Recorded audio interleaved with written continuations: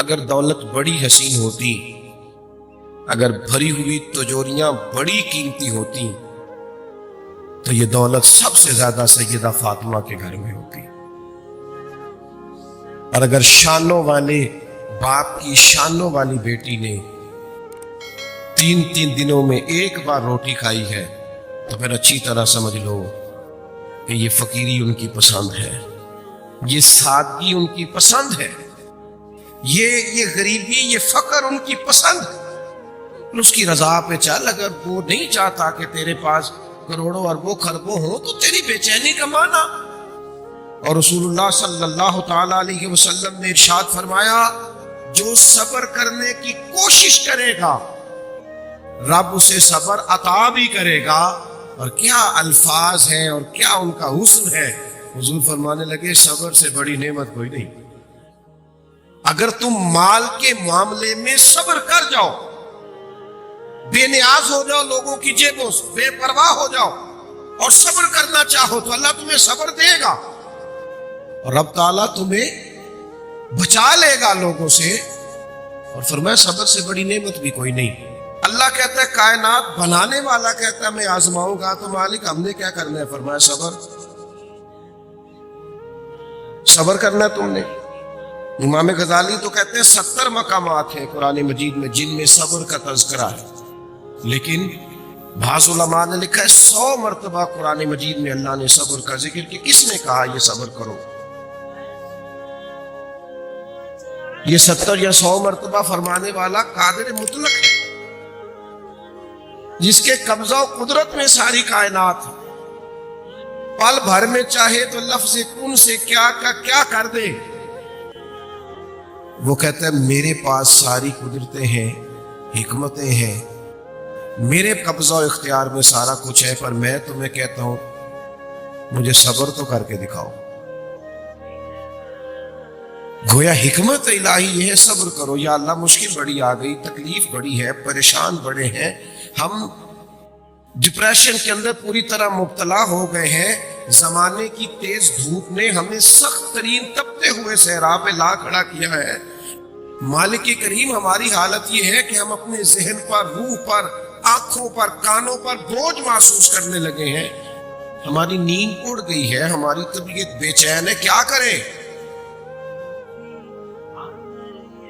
ہمیں تیری مدد چاہیے، ہماری مدد فرما۔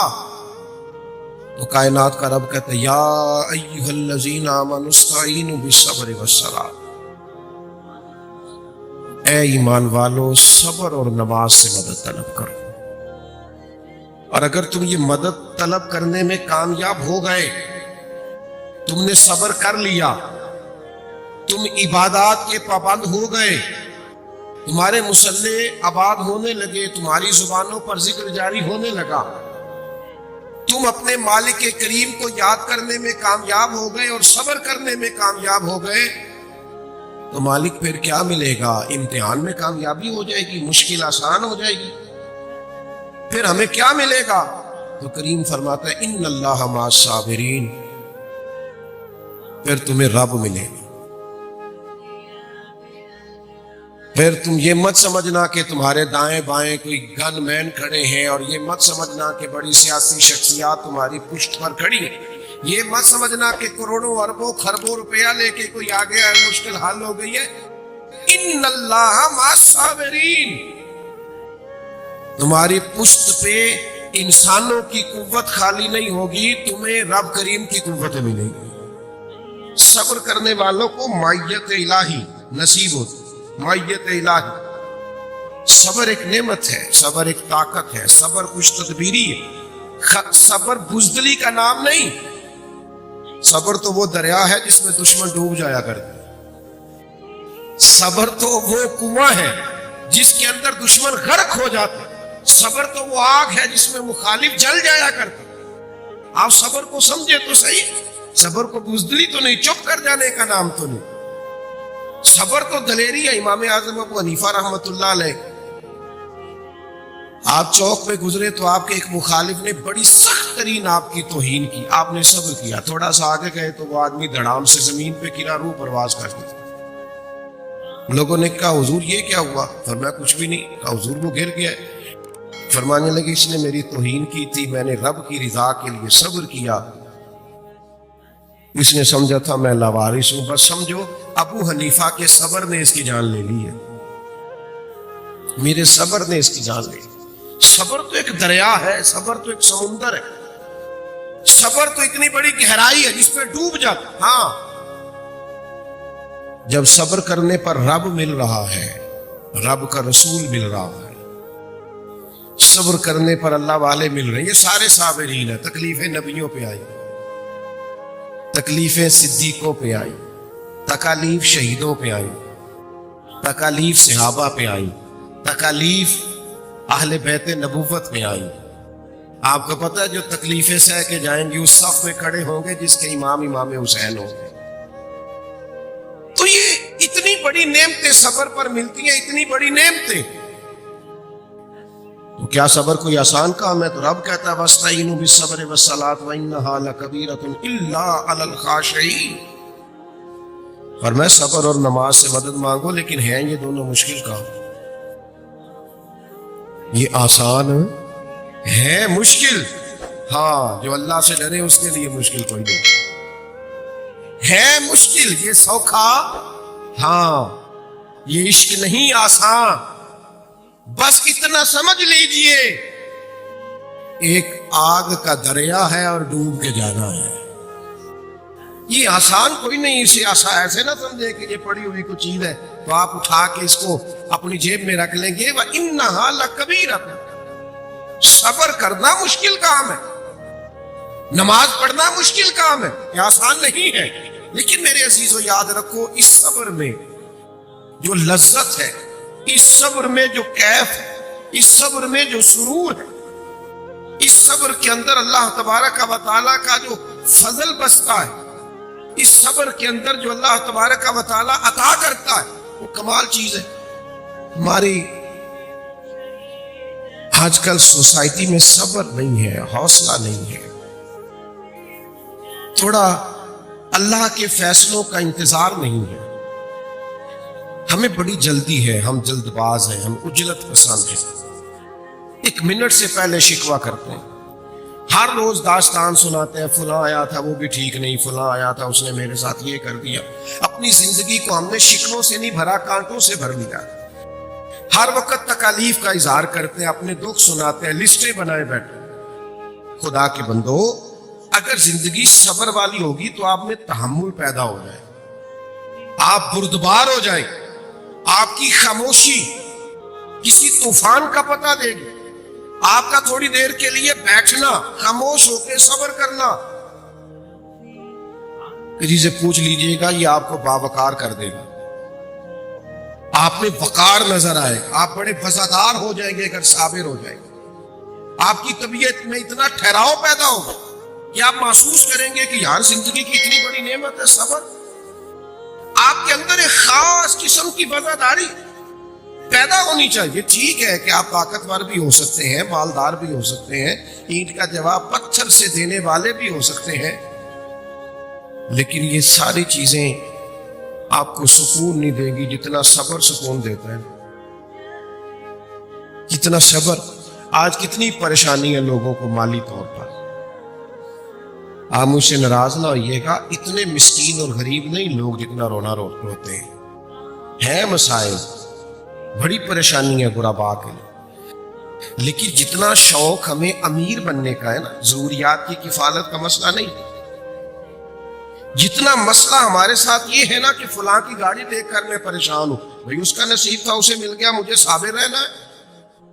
کسی کا مکان دیکھ کر پریشان ہو جانا، بھئی وہ اس کا نصیب تھا اس کو مل گیا، میرے اللہ نے جہاں رکھا جس حال میں رکھا الحمدللہ، میں بڑا مطمئن ہوں، میں بڑا خوش ہوں۔ وہ کسی کا بزنس بڑا چل گیا تو ٹھیک ہے نا بھائی، اس کا چل گیا ہے۔ نبی پاک صلی اللہ تعالیٰ علیہ وسلم نے فرمایا ہے کوشش ضرور ہمیں کرنی چاہیے، جدوجہد ضرور کرنی چاہیے، محنت ضرور کرنی چاہیے، پر نبی پاک علیہ السلام نے فرمایا ہے، سرکار کا فرمان دیکھو، کریم فرماتے ہیں جس طرح تم سردیوں کے بیمار کو پانی سے بچاتے ہو نا،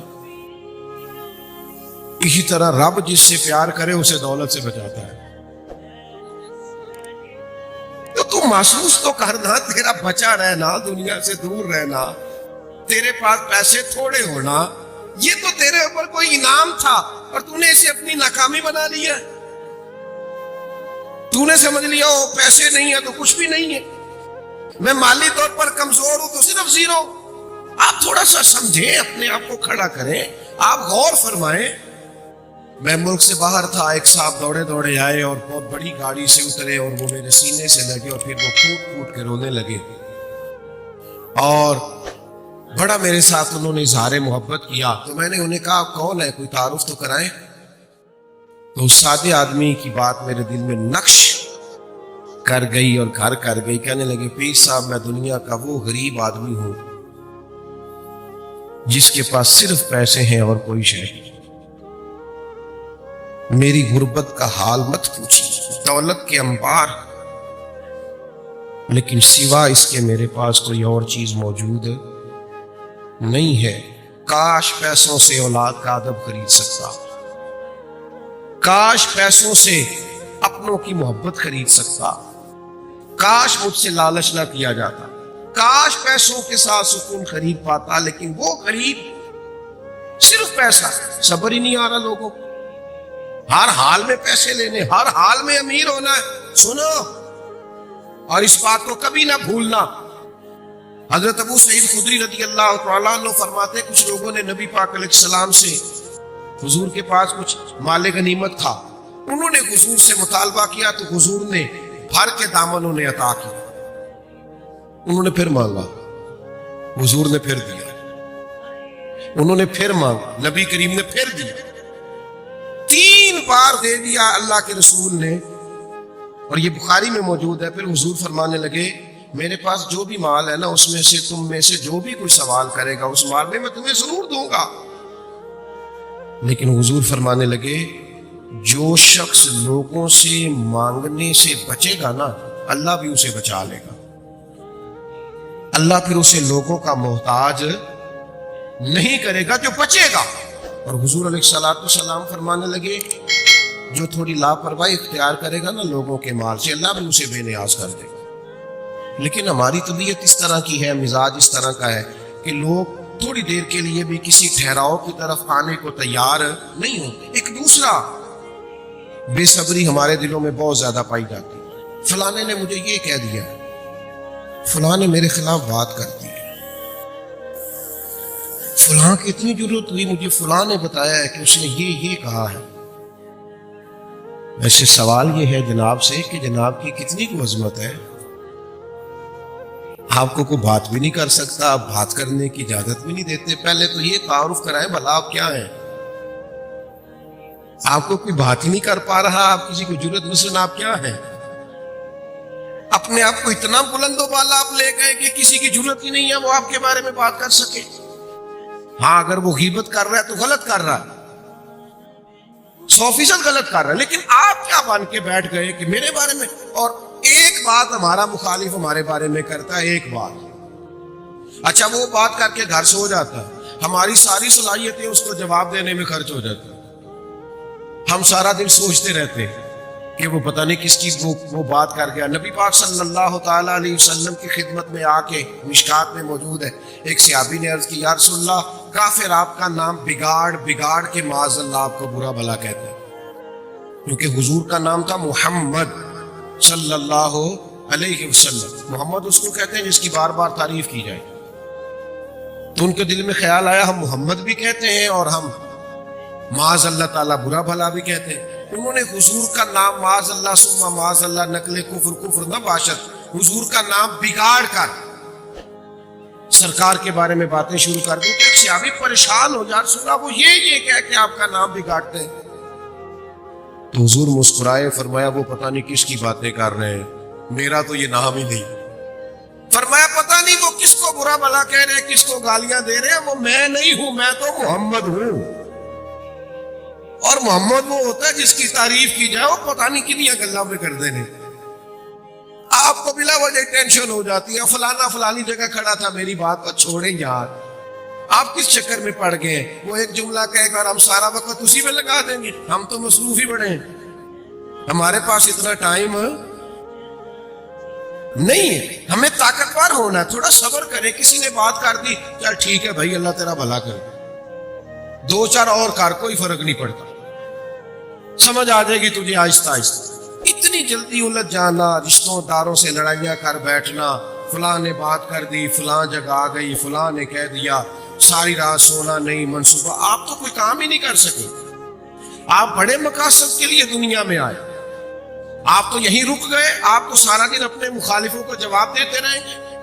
کام کون کرے گا, ڈیوٹی کون کرے گا؟ اتنے اتنے بڑے مقاصد ہیں, ان کا حصول کیسے ہو؟ الجھ نہ جائے کہ فلاں میرے بارے میں بات کر گیا تو وہ کر گیا, تو پھر کیا ہوا, کرنے دو. لوگوں کے منہ میں زبان ہے تو بات کرنے کے لیے ہے نا, وہ بات کرے گا, ہم کام کریں گے. میری ایک نصیحت ہے اپنے دوستوں کو, ہمیشہ کرتا ہوں. میں کہتا ہوں پراپوگنڈے کا جواب پراپوگنڈے سے نہیں ہوتا, پراپوگنڈے کا جواب کام سے ہوتا ہے, پراپوگنڈے کا جواب عمل سے ہوتا ہے. لوگوں کی باتوں کا جواب اپنے کردار سے دیا جاتا ہے. بات کا جواب بات سے نہیں, بات کا جواب کردار سے, بات کا جواب عمل سے, بات کا جواب آنے والے وقت سے.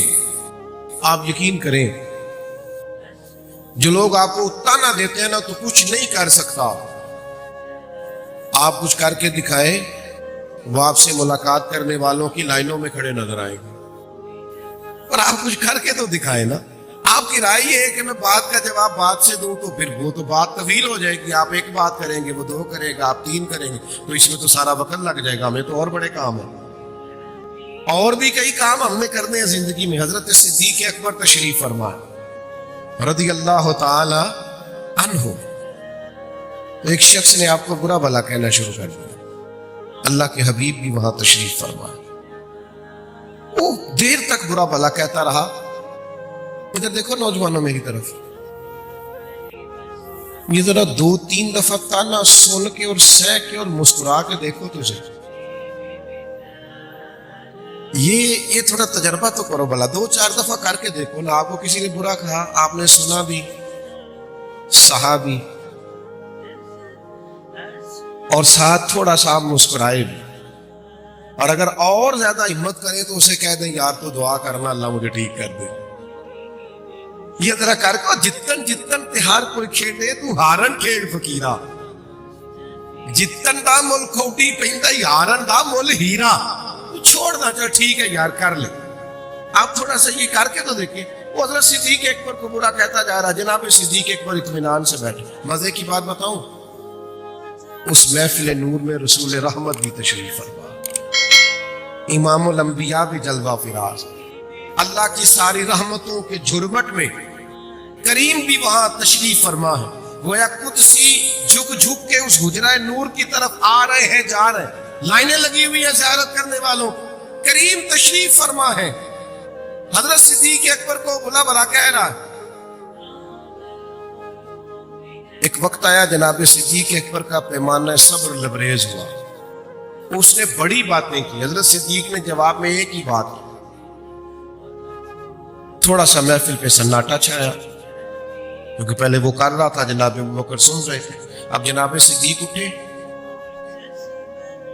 جناب صدیق نے ایک بات کی, اس کو اللہ کے رسول اس محفل سے اٹھے. اگر آپ اس بات کی گہرائی میں اتریں گے تو کلیجہ ٹھنڈا ہو جائے. آپ کو کئی دفعہ یہ باتیں کرنے والے اچھے لگنے لگ جائیں گے. آپ سارا دن اپنی صلاحیت ضائع نہیں کریں گے ان کے بارے میں سوچ. وہ دیر تک آپ کو برا بھلا کہتا رہا, سنتے رہے. حضرت صدیق نے ایک جواب دیا, محفل کا رنگ تھوڑا بدل گیا. اللہ کے رسول اٹھے, حضور اٹھ کے اس حجرے سے باہر نکلے. حضرت صدیق اکبر بھی دوڑ کے پیچھے آئے. عرض کی یا رسول اللہ, میرے ماں باپ قربان ہو, میرا دل میری روح قربان ہو. اس نے اتنی باتیں کی, آپ بیٹھے رہے. میں نے ایک کی, آپ اٹھ کے آ گئے. ذرا کریم کے جواب کی روحانیت کی بلندی دیکھیے. یہ کیا معراج حضور نے جناب صدیق اکبر کی بیان کی. حضور فرمانے لگے, ابو بکر جب تک وہ بول رہا تھا آپ چپ تھے نا, اللہ نے آپ کے سرانے فرشتہ کھڑا کیا ہوا. اوئے ہوئے ہوئے قربان, وہ آپ کی طرف سے جواب دے رہا تھا کہ نہیں ابو بکر تو ایسے نہیں. نہیں ابو بکر تو ایسے نہیں، نہیں ابو بکر تو ایسے نہیں۔ فرمایا جب آپ بولے ہیں، آپ نے خود اپنا دفاع کیا ہے، فرشتہ اٹھ کے چلا گیا ہے، فرشتہ چلا گیا ہے تو میں بھی آ گیا۔ آپ کی طرف سے اللہ نے فرشتہ کھڑا کیا ہوا تھا۔ قربان جائیں، سنو جناب صدیق اکبر کے بارے میں بات کرنے والوں، ابو بکر صدیق کی طرف سے جواب دینے کے لیے تو اللہ نے فرشتے مقرر فرما رکھے۔ اللہ نے فرشتے، تم کیا جانو ان کی عظمتوں، کیا جانو ان کی رفتوں۔ اگر آپ چاہتے ہیں خدائی طاقتیں آپ کی طرف سے جواب دیں، خدائی طاقتیں، تو پھر میرے بھائی آپ کو تھوڑا سا صبر کرنا پڑے گا۔ آپ صبر کریں گے پھر آپ محسوس کریں گے کہ خدائی طاقتیں، ان اللہ مع الصابرین کا عملی مظاہرہ ہو رہا ہے۔ ایک تو دولت کے معاملے میں صبر کریں، دوسرا کوئی بےہودگی کرے، خاندان میں، قبیلے میں کوئی آپ کا مخالف بنے تو تھوڑا اپنے اندر صبر پیدا کریں۔ تیسری بات ہم نے امام حسین سے یہ سیکھنی ہے، اور یہ جو میں نے کہا نا دشمنوں کی گفتگو کے بارے میں بھی آپ صبر کریں، امام حسین نے یہ والا صبر بھی کیا۔ میں نے ایک مرتبہ کہا تھا کہ میرا حسین ابھی کربلا میں ہے۔ آج بھی بڑے چھپے لوگ یزید کی سپورٹ نہیں کرتے، آج بھی لوگ کہتے نہیں کہ امام حسین کا یہ اقدام درست نہیں تھا، معاذ اللہ۔ تو آج بھی انہوں نے سارا کچھ قربان کر دیا، ان کے بارے میں معاذ اللہ ثم معاذ اللہ نقل کفر نم زبانیں کھلی بھی نہیں لوگوں کی کہ وہ اقتدار کے لیے آئے۔ کتنے تانے سہے ہیں حضور کی اولاد نے اور سب کچھ قربان کیا ہے، تو چار تو بھی سہ کے دے، اس کا مزہ لے، زخم پہ زخم کھا کے جی، اور ذرا خون جگر کے گھونٹ پی، چپ کر، آہ نہ کر لبوں کو سی، یہ عشق ہے کوئی دل لگی نہیں، یہ کوئی ایسی ویسی بات ہے، تھوڑا سہ نا، برداشت کر۔ سہ رہے ہیں آج بھی امام حسین، لوگ باتیں کرتے ہیں آج تک معاذ اللہ ثم معاذ اللہ۔ تیسرا ایک پہلو امام حسین کی زندگی سے جو ہمیں بڑا اہم ملتا ہے، وہ یہ ہے کہ اپنے جب جدا ہو تو یہ بڑا مشکل وقت آتا ہے۔ اپنوں کی جدائی یہ بڑی تکلیف دہ ہوتی ہے، اور اس کا درد اتنی دیر تک بندے کو محسوس نہیں ہوتا جب تک وہ درد چکھ نہیں لیتا۔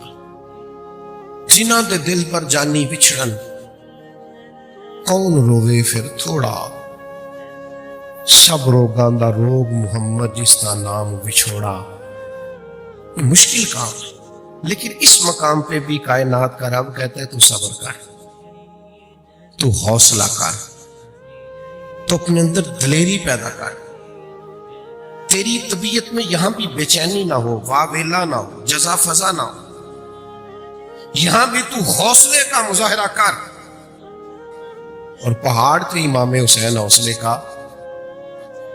ایک جنازہ گھر میں ہو جائے تو کئی دن بندے کی کمر سیدھی نہیں ہوتی، لیکن صبح سے شام تک 10 محرم کو اتنے جنازے اٹھا کر بھی فاطمہ کے جگر پارے جب خود میدان میں گئے ہیں تو امامہ باندھا ہے، لباس درست کیا ہے، آپ نے تلوار حمائل کی ہے، باوضو گھوڑے پر تشریف فرما ہوئے اور خطبہ دیا ہے۔ نہ اعصاب میں کوئی کمزوری ہے، نہ میدان جہاد میں جاتے وقت کہیں وہ کمزور پڑے۔ یہ صبر، یہ حوصلہ، یہ کیا بتلاتا ہے؟ ان اللہ مع الصابرین، یہ تنہا نہیں ہے، صبر کرنے والوں کے ساتھ اللہ ہے۔ جب اللہ ساتھ ہوتا ہے، تھوڑا سا نا اتنی جزا فضا نہیں، دکھ ہے، جانے والوں کی تکلیف ہے۔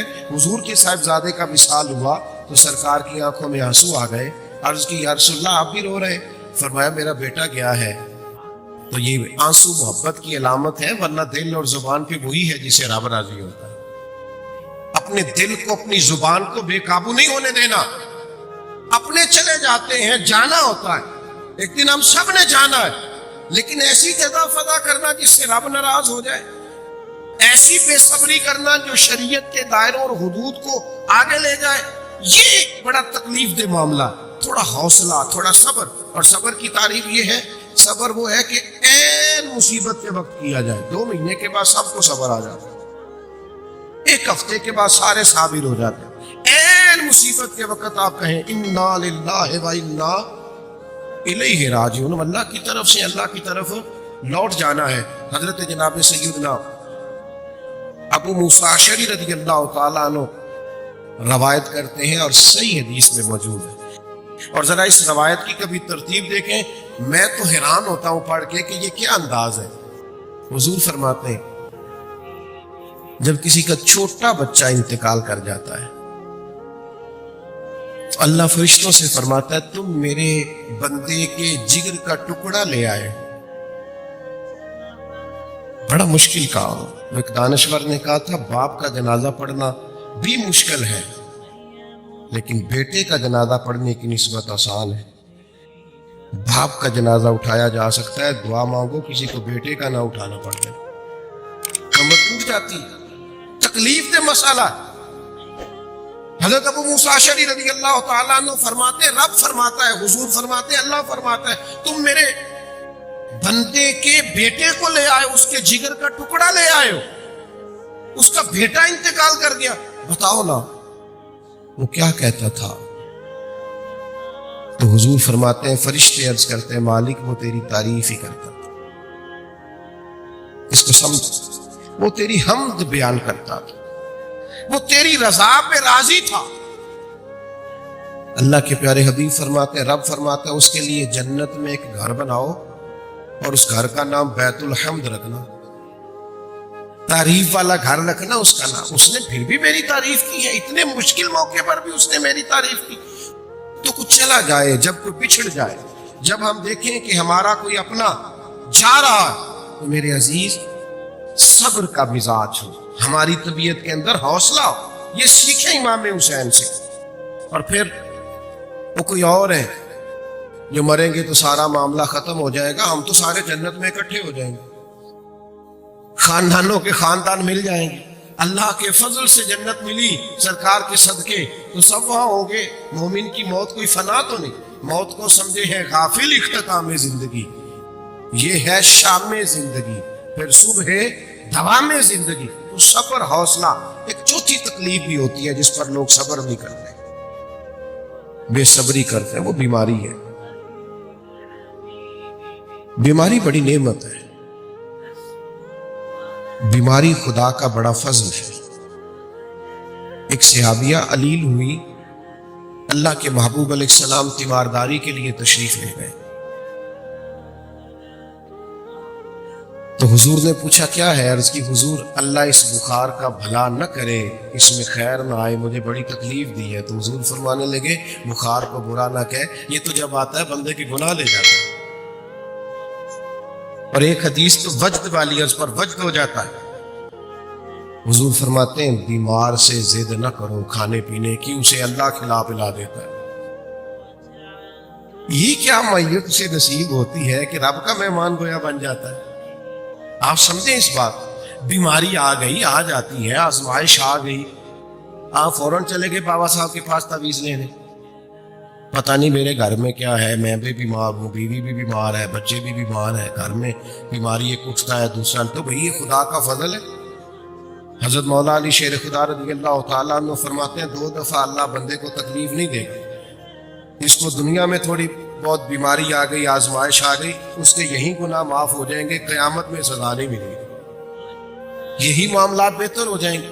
بیماری آ گئی ہے، یہ تو آپ کے نفسانی قوتوں کو کمزور کر دے گا، آپ کی طبیعت اللہ اللہ کی طرف مائل ہو جائے گی، آپ اس کو سہنا سیکھیں، برداشت کرنا سیکھیں۔ لیکن اتنا واویلا مچانا، اتنا پریشان ہونا، اتنا الجھ جانا، ڈاکٹروں سے لڑتے پھرنا، اور جناب ہاسپٹلز میں آپ جائیں تو اتنی عجیب صورتحال کا ہو جانا، کہیں احتجاج ہو رہا ہے، کہیں کچھ ہو رہا ہے، کہیں کچھ ہو رہا ہے۔ آپ جائز مطالبہ ضرور کریں، لیکن بیماری آ جاتی ہے اور یہ خدا کا فضل ہے، یہ انسان کو آ گھیرتی ہے۔ یہ بیماری حضور کے قدم چومنے بھی آیا کرتی تھی، حضور کی بارگاہ میں بھی حاضری دیتی تھی، یہ آ جاتی، لیکن اس پر جزا فضا کرنا، صبر کا دامن چھوڑنا، یہ درست ہے۔ تو اپنی طبیعت میں صبر لائیں، ٹھہراؤ لائیں، آپ پاکیزگی مزاج کے ساتھ اپنی زندگی گزاریں۔ اگر آپ کو ہماری ویڈیو اچھی لگی تو ہمارے چینل کو سبسکرائب ضرور کریں۔